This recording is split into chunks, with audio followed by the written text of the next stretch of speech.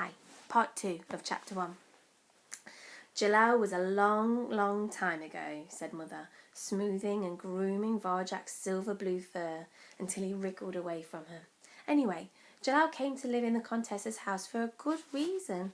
The tales also say that there are monsters outside, huge monsters, called dogs, so fierce that even people fear them. She shuddered. No, we're lucky that the Contessa loves us and lets us live here. The Contessa loves some of us, interrupted Julius. Varjak knew what was coming. And worse, he thought it might be true. When I was a kitten, boasted Julius, the Contessa was down here every day. She used to let me play on her lap. She made such a fuss of me.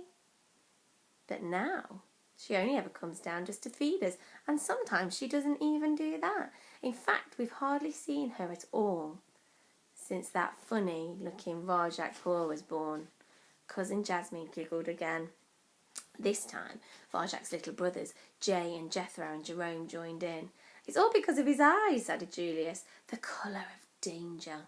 A Mesopotamian blue whose eyes aren't green, well, that's just an embarrassment. That did it. Julius was bigger than him and older, but Varjak couldn't help him. He faced up to Julius, fur rising with anger. I don't believe you, he said. You're a liar. Varjak, said Father, that's no way to talk to your brother. But Julius said, Whine, whine, whine, sneered Julius. Listen to the little insect whine. Julius, you shouldn't tease him so much, said Father. The Contessa is upstairs because she's ill, nothing more. But Varjak Paw, you have to learn to behave like a proper Mesopotamian blue. We're noble cats. Special cats. We don't run around calling each other liars. We don't talk about disgusting things like hunting. And we don't get our paws all muddy in the garden. That's not what being a blue is about. Do you understand? Varjak's tail curled up. It's always been like this. Julius could get away with anything, but everything Varjak did was wrong.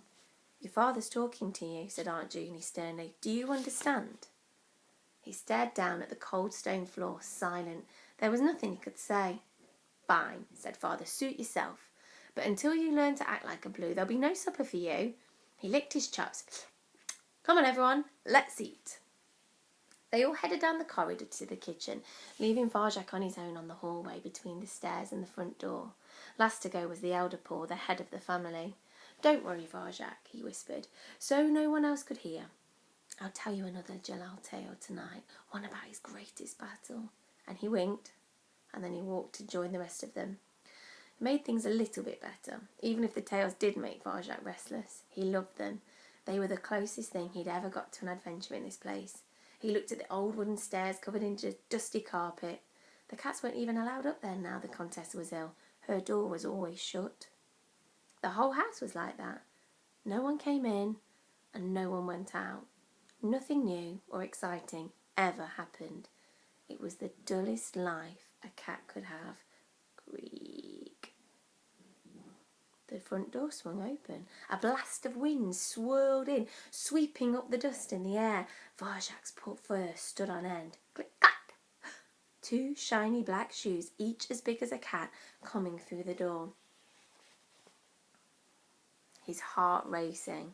Varjak bent his head to follow the line above the shoes. Up a pair of legs. Up some more. He saw huge white hands, huge enough to hold his whole body, strong enough to break his neck. Do we think the Contessa knows this person? Does Varjak know this person? He'd come back even further till it hurt. He had to crane back to see the face. It was a man Varjak had never seen before. It was hard to make out this man's eyes for the shadow of his brow, but his full pink lips glistened wetly in the half-light.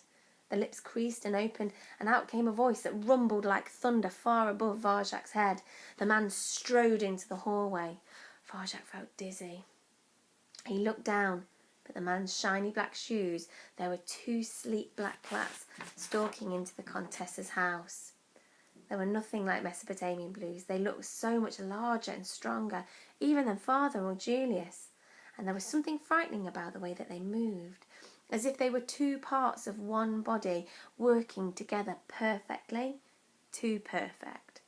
Varjak glanced from one to the other and couldn't tell them apart. They came right up to him and looked down at him with identical eyes as smooth and as black as their fur. He trembled. "Who are you?" he said. There was no flicker of understanding in their eyes. He just pushed him aside, and it wasn't even there. They took up their positions flanking the staircase, and now other men came into the house. Their shiny black shoes clicked past Varjak one by one, and it was all he could see of them, frozen to the spot, mind spinning. He watched the giants pass, the black cats climb the stairs, and enter the room where the blues were not allowed to go. That's chapter 1.